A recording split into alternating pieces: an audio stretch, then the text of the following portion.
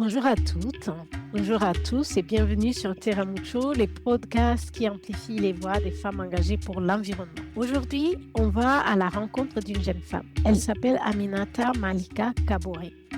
3 noms, 3 promesses. Honnête, reine et celle qui ne recule devant rien. Burkinabé par ses racines, togolaise de cœur, Aminata Malika Kaboré est une jeune femme en construction. Elle ne s'en cache pas. Elle est étudiante en gestion urbaine, promotrice d'un collectif féminin pour le changement, ambassadrice de l'environnement. Elle a compris très tôt que être entourée des déchets qui s'accumulent dans les rues de son quartier, ce n'était pas une fatalité, c'était un appel à agir. Alors elle a agi. Donc des sacs écologiques conçus avec l'appui de l'UNICEF Togo, un projet éco-école devenu une réalité dans son université, des activités de reboisement et surtout un collectif de femmes engagées qu'elle a créé et qu'elle est en train de structurer avec des ressources de bord. Pour Aminata, l'absence des ressources n'est justement pas une raison de s'arrêter d'agir. C'est une opportunité de faire preuve de créativité. Ce qui est remarquable chez elle, c'est cette lucidité. Dans cet épisode, elle n'est pas venue nous dire qu'elle a tout réussi. Elle est venue nous dire qu'elle est en chemin, avec ses doutes, ses sacrifices, ses moments de fatigue, et qu'elle avance quand même. Elle vient nous parler aussi de ce que signifie être une jeune femme africaine qui ose occuper des espaces qui ne lui sont pas naturellement destinés. Elle nous parle de ce que ça coûte et pourquoi ça vaut quand même le coup de le faire. Bienvenue donc dans cet épisode et bienvenue à toi Aminata. Comment tu vas? C'est un plaisir pour moi de me retrouver ici pour enregistrer cet épisode. J'ai hâte de partager mon petit parcours tout minuscule avec vous, tout en espérant que je pourrais t'inspirer d'autres personnes, d'autres jeunes à également emboîter le pas pour la protection de l'environnement. Vraiment, merci beaucoup Mireille. Votre plateforme, c'est une aubaine et surtout votre présentation, elle était enrichissante. Merci Oh. beaucoup. Merci à toi, Aminata. Et du coup, peut-être parce que, mais ça, c'est ce que moi j'ai dit vraiment sur toi. Est-ce que tu pourrais dire, pourrais me dire en fait aussi dans tes mots à toi, à qui est-ce que tu es et tes racines, qu'est-ce qui a façonné la femme que tu es devenue aujourd'hui? Merci bien. Pour me présenter, je suis Kaboré Aminata Malika. J'ai 21 ans cette année. Je suis étudiante en gestion urbaine et environnement à l'École africaine des métiers de l'architecture et de l'urbanisme EAMU au Togo. Je suis engagée dans la protection de l'environnement depuis un bout de temps et cela a débuté depuis l'enfance et ce fut une succession de plusieurs étapes combinées qui a permis de forger la femme que je deviens aujourd'hui. Pas une femme aussi brillante, mais une femme qui a le courage d'accepter et qui essaie également de célébrer ses petites victoires à sa petite échelle. Voilà. J'ai eu à mettre en place quelques initiatives environnementales qui ont quand même été remarquables. Car comme vous l'aviez dit, je n'ai pas assez de moyens, mais avec ce que j'ai, ma détermination, mon courage et mon audace, j'essaie d'impacter dans mon environnement, dans mon entourage, avec les moyens que j'ai. Et les résultats sont palpables et concrets. C'est ce qui fait, je vais dire quoi, ma conviction. C'est ce qui a eu cette rage de tout le temps vouloir continuer cette lutte pour la protection de l'environnement, tout simplement. Merci, Aminata. Et ouais, un peu comme tu dis, quoi, c'est ton engagement, c'est autour de toi et tu essaies d'impacter à ton échelle. Mais si on revenait un tout petit peu en arrière sur tes racines, est-ce que tu peux nous parler de l'environnement dans lequel tu as grandi et quelles sont les choses qui te viennent vraiment de cet environnement et qui font qui tu es maintenant? Je suis l'aînée d'une famille de 3 enfants. J'ai 10 frères. Je suis née au Burkina, plus précisément à Ouagadougou. Et je suis restée aînée pendant plus de 10 ans. Du coup, j'ai été un peu seule. Ce Hmm. qui a fait que j'ai développé à un moment donné un certain amour pour les plantes, beaucoup plus dans l'observation également. J'observais beaucoup. Et je peux dire que cela m'a fascinée, d'une part. D'autre part aussi, j'avais un papa qui est très amoureux des plantes. des arbres, plus précisément, ils ne s'amusent pas du tout avec. Et cela a contribué à davantage animer cet amour pour la nature que j'ai eu à développer par la suite. Pour le dire également, je ne viens pas du quartier le plus huppé de Ouaga. Du coup, je voyais l'environnement qui m'entourait souvent avec les déchets qui jonchaient même dans les rues, à l'école, comme à ce qu'entre camarades, je aussi prenais avec la gestion des déchets par Mmh. des gestes souvent éco-civiques. Donc, tout cela a eu à forger mon amour pour l'environnement aujourd'hui. Mmh. Et je peux dire que c'est toutes ces étapes-là rassemblées qui m'ont permis de comprendre, mais pas de m'arrêter à la compréhension, mais surtout d'agir. Parce que oui, j'ai observé d'abord, j'ai noté, mais qu'est-ce que je peux faire pour remédier à cela? Et c'est à travers cela que j'ai commencé avec certaines actions au fur et à mesure jusqu'à me hisser là où je suis actuellement. Ouais, en fait, c'est hyper important, en fait, les choses qui nous marquent dès l'enfance, ils font toujours quelque chose pour nous dans la vie, pour le meilleur et pour les pires d'ailleurs. Et du coup, peut-être sur d'autres éléments qui nous forgent aussi, en tout cas, moi, c'est ma conviction, et surtout dans la culture africaine, un nom n'est pas quelque chose qui est donné au hasard. Il porte toujours une histoire ou un sens ou quoi.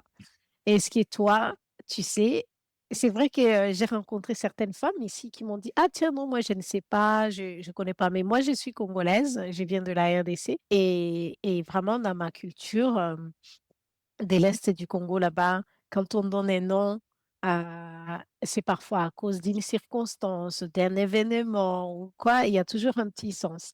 Et je trouve que c'est quelque chose qui fait partie vraiment de nous. Est-ce que toi, ton nom a une petite histoire ou une signification ou les circonstances dans lesquelles ils t'ont été donnés, par qui, pourquoi? Merci bien. Effectivement, mon nom, il a une signification.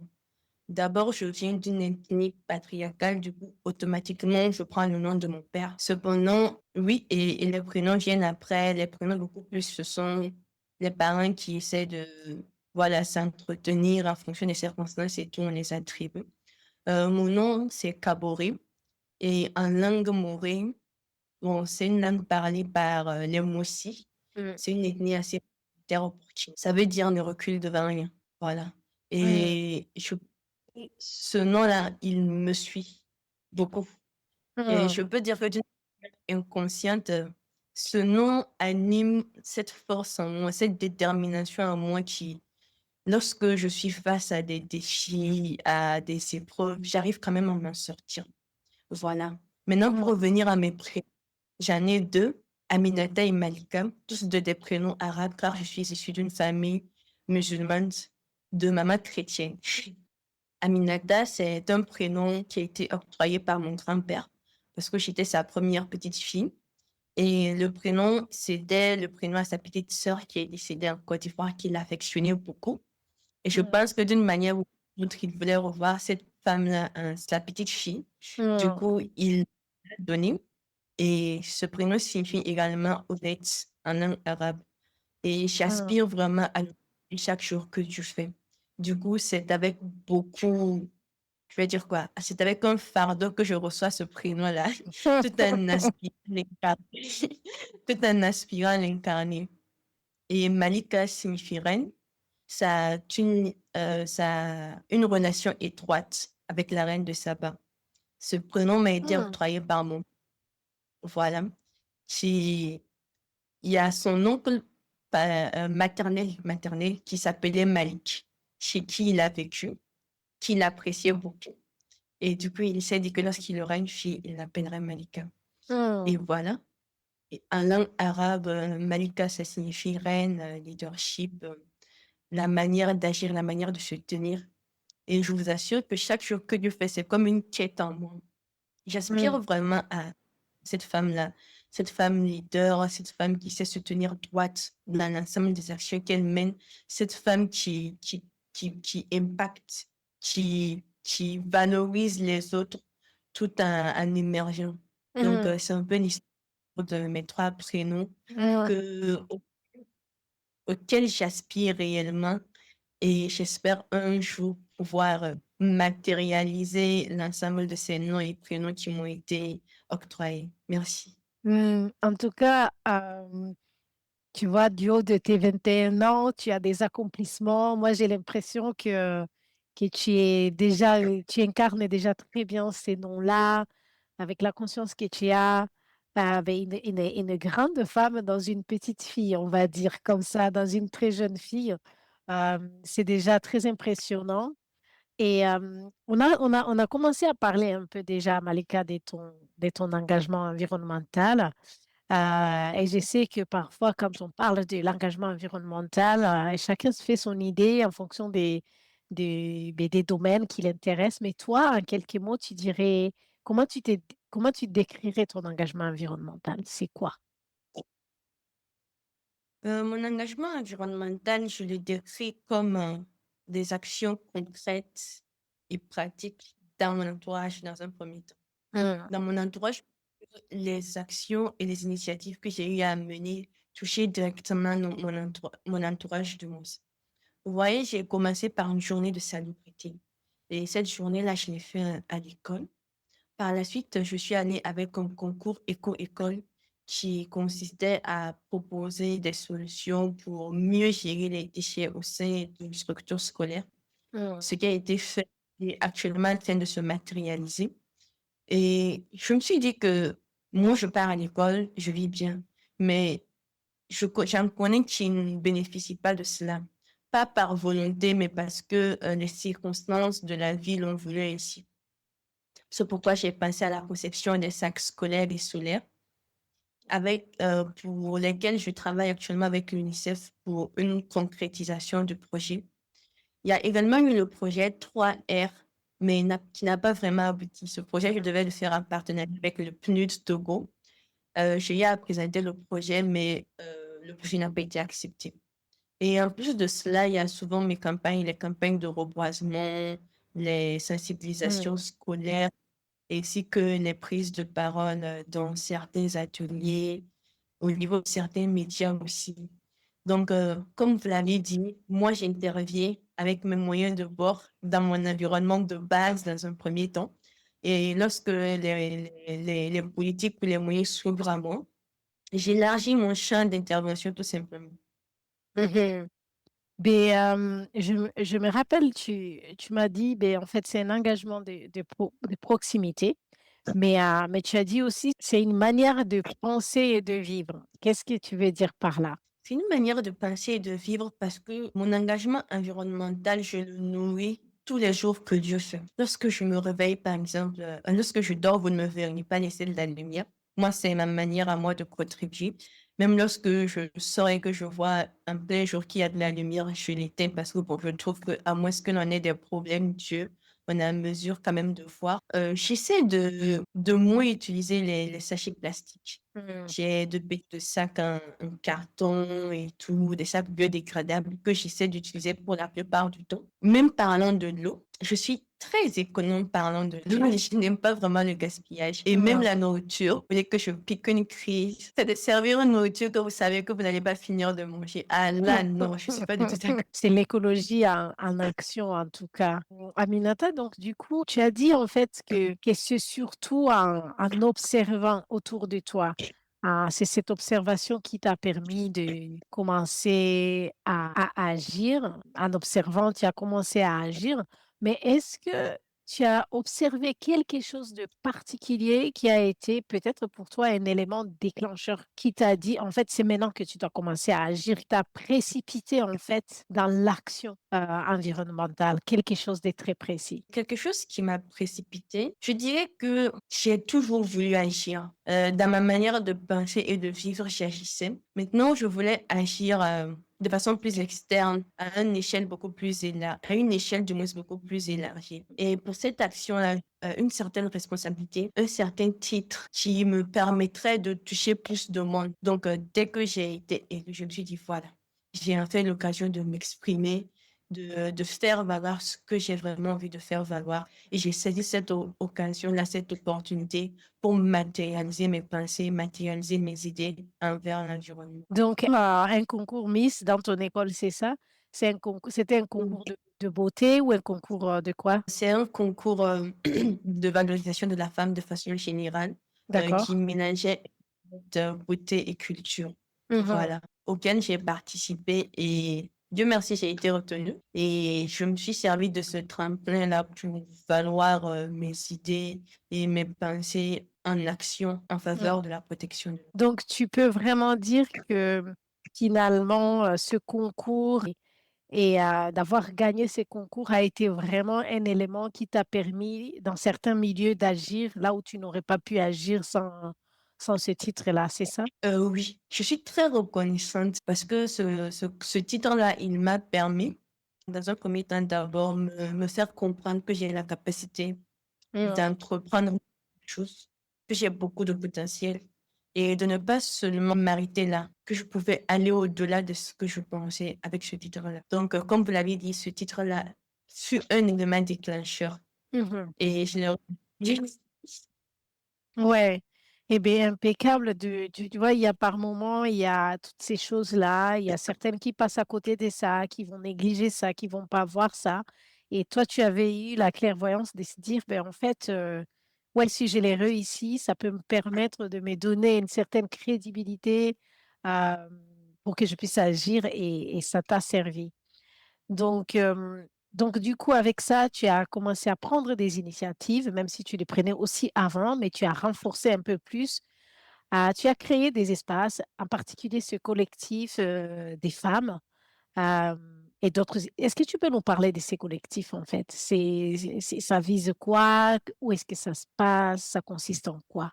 Le collectif féminin pour le changement, c'est un collectif.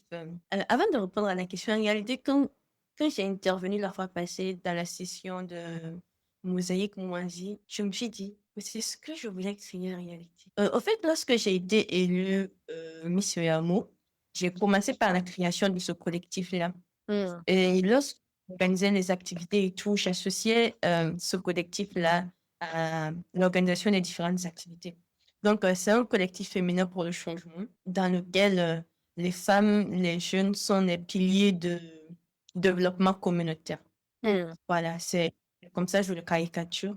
Et nous avons eu à mener des actions sur le terrain durant mon mandat de Miss et de première promotrice de l'environnement. Car également, nous avons eu à faire des conférences, des actions sociales à travers des dons dans des pouponnières, lorsqu'on a lancé une collecte de dons et tout ça. Cependant, le problème avec le collectif, c'est que nous ne sommes pas encore officiellement reconnus. Et cela se matérialise d'une part parce que je vis au Togo et que je n'ai pas la nationalité. Du coup, le protocole administratif est assez lourd et compliqué. Et je peux dire que je n'ai pas encore atteint l'objectif parce que je n'ai pas atteint les objectifs assignés que j'ai eu à assigner au collectif. Et bon, d'autre part, ça me morfond un peu le cœur parce que j'ai du mal, par exemple, à prendre part à certaines activités, faire appel à certains partenaires parce que le collectif il n'est pas encore reconnu officiellement. Cependant, bon, j'essaie d'y travailler quand même pour une reconnaissance officielle du collectif pour que nos actions deviennent plus impactantes. Et le collectif, c'est un collectif panafricain. Hmm. Voilà. Comme je suis dans une école panafricaine, j'ai eu l'insertion de beaucoup de personnes d'autres nationalités, ce qui fait qu'actuellement, on est à plus de 7 nationalités dans le collectif, même Hmm. si nous sommes environ une trentaine de personnes du moins dans le collectif actuel. D'accord. Et on sent bien que c'est des difficultés de démarrage, et ça, c'est un peu normal quand on n'a pas encore conçu la crédibilité de l'organisation. Donc, tu rencontres un peu ces barrières hein, que toutes les organisations jeunes rencontrent. Ah, tiens, tu n'es pas enregistré, tu n'es pas légalement reconnu. Mais quand même, un peu comme tu as dit, ça n'empêche pas d'agir avec les moyens des bords déjà. Et félicitations pour ça. Donc, au-delà de ces barrières qui peuvent venir avec cette phase dans laquelle vous vous trouvez, qui est encore une phase où vous agissez de manière informelle, de manière libre, au-delà de ça, qu'est-ce qui est difficile, surtout pour une jeune femme comme toi? Qu'est-ce qui est difficile quand on dirige ou quand on est en train de promouvoir et de mettre en place une telle organisation? C'est quoi qu'on rencontre comme difficulté au-delà de cette reconnaissance et de ce que ça implique? Et disons que les difficultés sont quand même énormes. Vous voyez, lorsque je lançais le collectif, j'ai eu beaucoup de personnes dans un premier temps qui voulaient intégrer en tant que membre. Mais lorsqu'on a eu à discuter, et qu'ils se sont rendus compte que c'était, je vais dire, l'ouverture et que à ce moment, j'avais 19 ans, que j'avais 9 ans. Ils se sont très vite rétractés, au fait. Ils se sont dit, bon, c'est pas sérieux, c'est certainement une petite fille qui veut s'amuser. Et nous, on n'a pas le temps pour ça. De nombreuses personnes qui vraiment, si l'on arrivait à collaborer, peut-être qu'actuellement le collectif ne serait pas là. On aurait eu vraiment beaucoup d'impact. Mais ces personnes se sont vite et très vite rétractées et de façon très élégante également. Ce sont des messages sans réponse, voilà. Et après, bah, plus de nouvelles. Bon, ça m'a d'une part un peu frustrée et d'autre part également, ça m'a encouragée à montrer que malgré mon âge, malgré le fait que je n'ai pas assez de moyens, et rien ne devrait me limiter ou me bloquer, me freiner dans l'élan dans lequel je suis. Et ça m'a amené à me rebattre vers les jeunes avec qui j'ai une accessibilité de discussion et tout. Mmh. Et le problème, c'est qu'avec les jeunes, il n'y en a pas vraiment qui sont pas nombreux ceux qui s'intéressent vraiment aux causes environnementales, vous voyez. Mais avec les personnes qui s'y intéressaient, on a quand même pu faire quelque chose.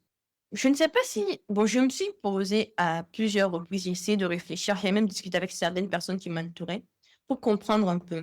J'ai un bureau avec des membres et tout, mais c'est compliqué parce que je peux dire que bon, je ne dépasse qu'une seule personne ne me permet pas souvent de vouloir taper sur la table, dire oh, vous faites ceci, vous me l'envoyez d'ici 20 heures et tout. Ce qui fait que je peux dire que je suis la fondatrice, la présidente et les membres du bureau. Je peux dire que je fais absolument tout parce Oui. que je n'aimerais pas mettre la pression à un adulte, un papa de famille ou bien une maman parce que je suis jeune comparativement à cette personne-là, d'une part. Mmh. Je lui même si cette personne a des engagements et des responsabilités à mon égard. Ce qui fait que, bon, pour ne pas créer une frustration ou une certaine tension, je me replie sur moi-même et je fais pratiquement tout.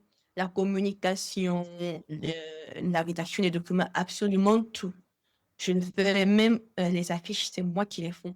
Du coup, ça fait que ce n'est vraiment pas facile, au fait. Tu cumules beaucoup de choses et on voit bien que là, finalement, l'écart d'âge devient vraiment une espèce de barrière ou de facteur limitant et pourtant, c'est en fait cette richesse des mélanges d'âge qui pourrait aussi permettre d'impulser quelque chose.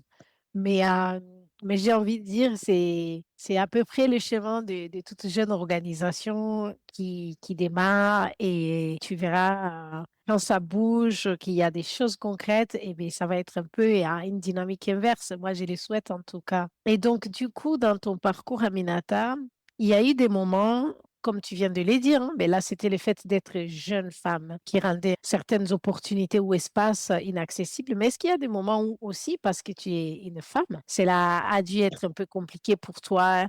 Est-ce que tu as des moments précis qui te reviennent à l'esprit sur des barrières que tu as pu avoir juste parce que tu étais une femme, des barrières pour entreprendre, pour agir? Des barrières, souvent, oui. Parce que souvent, vous partez à des ateliers et on vous donne la parole. Vous faites part de vos pensées, de ce que vous pensez, de ce que vous voyez comme action à poser et tout. Et de façon indirecte, une personne se lèvera. Je ne vais pas faire appel à un genre précis pour ne pas Mhm. rentrer dans une certaine discrimination. Une personne se lèvera tout bonnement et dira que ne vous fiez pas à une personne qui n'a aucune expérience et qui vient dans une salle vous faire ses confidences ou ses rêveries de petite fille.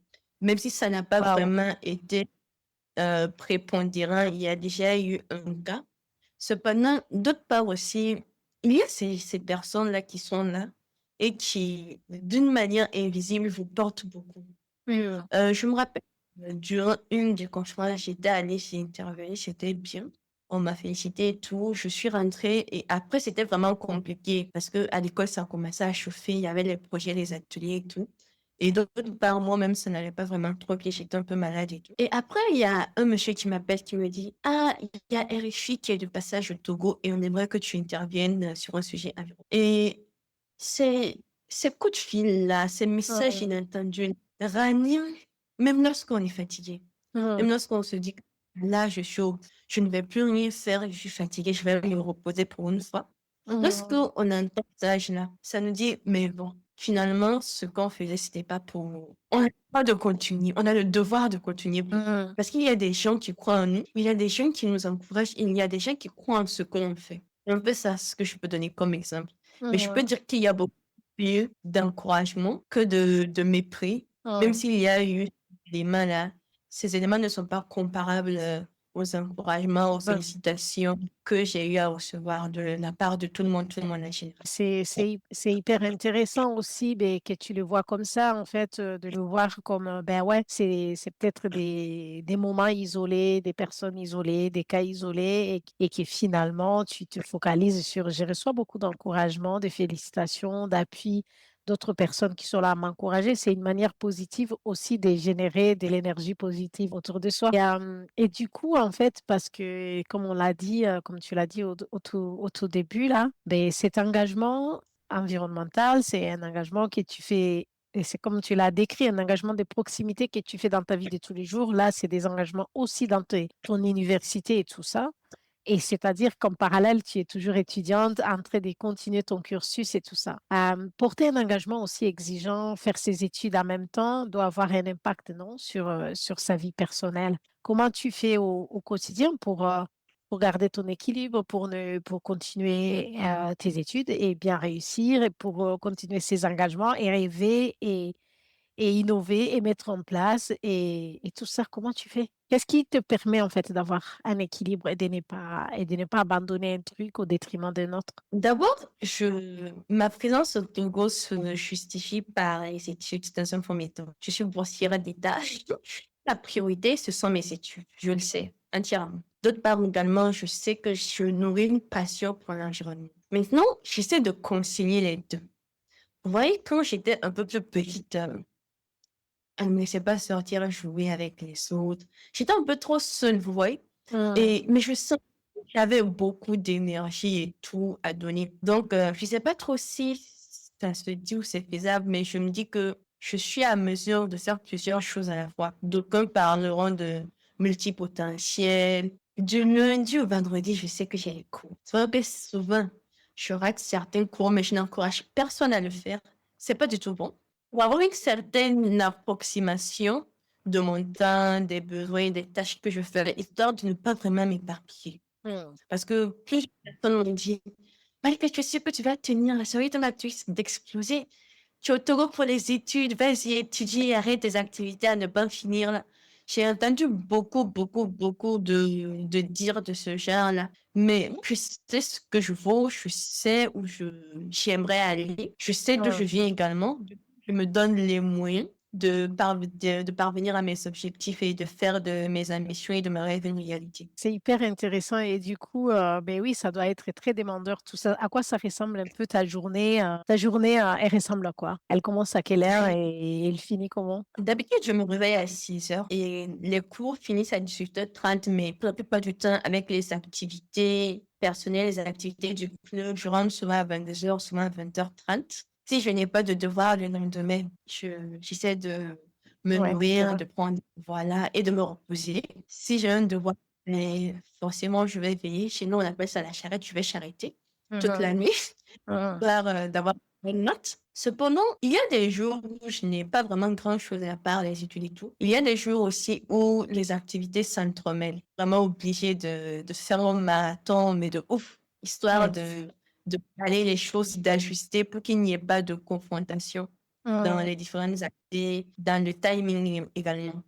Et Mhm. parlant du temps, il fut un temps où je me suis rendu compte que je m'épuisais beaucoup parce que j'étais un peu trop je m'épuisais. Il y avait la fatigue, on me disait ça, j'avais les yeux creux. Et à un moment donné, je sentais même une certaine surcharge mentale. Donc, lorsque ce genre de moment arrive, je ferme ma porte, je me déconnecte, je me couche, j'essaie de me reposer, je dors et arrivé au moment donné, je m'assieds, j'essaie de faire un bilan pour voir les priorités, ce que je peux faire actuellement et qui aura un impact. J'essaie de mettre ces choses-là en avant et j'avance petit à petit et je rebrousse chemin sur certains aspects ou sur Mhm. certains éléments que j'ai déjà entrepris. Voilà, histoire de mieux me reconstruire. Souvent même, j'ai abandonné certaines choses que j'avais commencées parce que j'ai vu que par la suite, ça ne me serait pas bénéfique et ça me prend beaucoup d'énergie, beaucoup de temps également.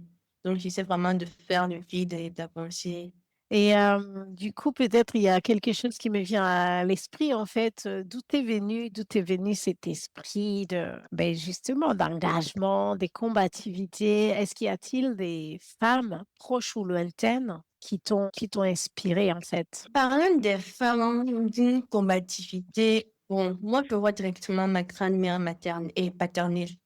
Elle est la première femme d'un homme polygame. Je pense qu'on est en Afrique, on connaît les réalités des familles polygames et tout. Elle a dû très vite et s'est mariée très jeune également, Hum, se démerder avec ses enfants. Donc, c'est une vraiment, lorsque je vais parler de combativité, de courage et de détermination, c'est une qui m'inspire beaucoup. Pas à son âme actuellement, mais souvent lorsqu'elle s'asseyait pour me raconter certaines choses qu'elle a eu à traverser et comment est-ce elle accueille certaines informations. Je me demandais, mais wow, comment est-ce qu'elle arrive à faire ça, vous voyez? hum, Cependant, dans le domaine environnemental, il y a Wangari Maathai, la Kenyane, qui m'inspire beaucoup. Plusieurs autres femmes, pour dire vous également, beaucoup, hum, beaucoup, beaucoup, beaucoup de femmes. Oui, oui.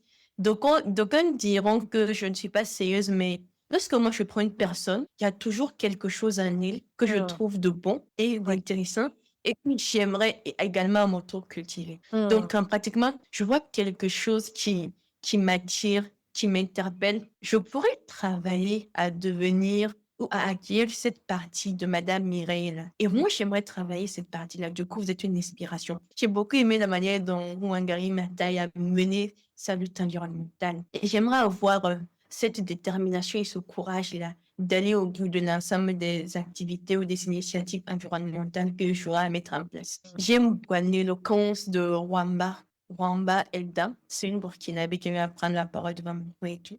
Et j'aimerais travailler mon éloquence de sorte à faire mieux même que Madame Kwama, vous voyez. mhm, Donc, j'ai beaucoup d'inspiration hum. et en pratiquant beaucoup de femmes, je vois beaucoup de choses que je peux cueillir.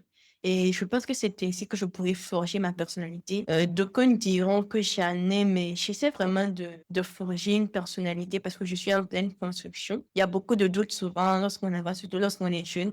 Et loin des parents aussi, souvent, Hum, ça crée un petit bloc, même si d'une manière ou d'une autre, on s'en rend pas compte, on grandit, on devient d'une manière ou d'une autre adulte. Mais je dirais tout simplement que je suis un peu comme un chantier en construction. hum, J'essaie de et j'essaie vraiment de puiser le meilleur en chacun dans mon entourage pour construire la Malika que j'aimerais faire, que j'aimerais du moins voir grandir, impacter, rayonner et voilà, contribuer à un hum. monde meilleur. C'est très intéressant ce que tu dis parce que ben, justement, on pense toujours à des femmes très connues et très grandes dames et tout. Et tu dis, ben, c'est ton inspiration, c'est aussi dans le quotidien, dans chaque rencontre que tu fais. S'il y a une part qui t'inspire, ben, en fait, tu essaies de te dire, tiens, ouais, c'est ça. J'aimerais cette inspiration. C'est hyper inspirant aussi. Et on commence à arriver à la fin de notre discussion. Dans le domaine environnemental, il y a une partie de la population qui, moi, m'inspire beaucoup. Ce sont les femmes rurales. Hmm. Vous allez les voir dans les jardins et tout. Elles travaillent, mais tellement, du matin au soir, sous le soleil, avec les enfants, malgré que les conditions ne sont pas réunies. Mais vous n'allez jamais, jamais les voir se plaindre. Et j'aimerais vraiment avoir la force qu'elles ont, Hmm. d'être tout là à travailler, à se ménager. Parce qu'elles savent que sans elles, c'est sûr que peut-être leurs enfants ne mangeront pas ce soir. Du Hmm. coup, elles n'ont d'autre alternative que de travailler. Et je trouve que ces femmes-là méritent vraiment un hommage, un grand hommage. Parce que d'une manière ou d'une autre, elles façonnent des vies chaque jour que Dieu fait. Oui, intéressant. Ben oui, elles nourrissent le continent aussi, parce que c'est à travers elles que se nourrissent beaucoup des communautés, des familles et tout ça. Et avant de clôturer, en fait, Aminata, comment est-ce que tu te projettes dans 10 ans? Tu rêves de quoi? Tu dois avoir encore plein de rêves là. Ah, mais d'ici 10 ans, qu'est-ce que tu te vois avoir accompli ou être devenu? Dans 10 ans, regardez, pour faire des gyms, je m'imagine dans 10 ans. J'espère atteindre les objectifs que je me suis assignés. Voilà. Parce que j'aimerais être une femme leader qui impacte, qui inspire Et j'aimerais surtout que cette phrase de Serena Williams là ressorte, que d'aucuns disent que j'aimerais être comme Kabore Aminata Melka. C'est Hmm. ce que j'aime. Eh bien, impeccable, merci pour ça. Et du coup, est-ce que tu aurais un message pour les jeunes femmes qui t'écoutent maintenant, qui vont t'écouter tout à l'heure?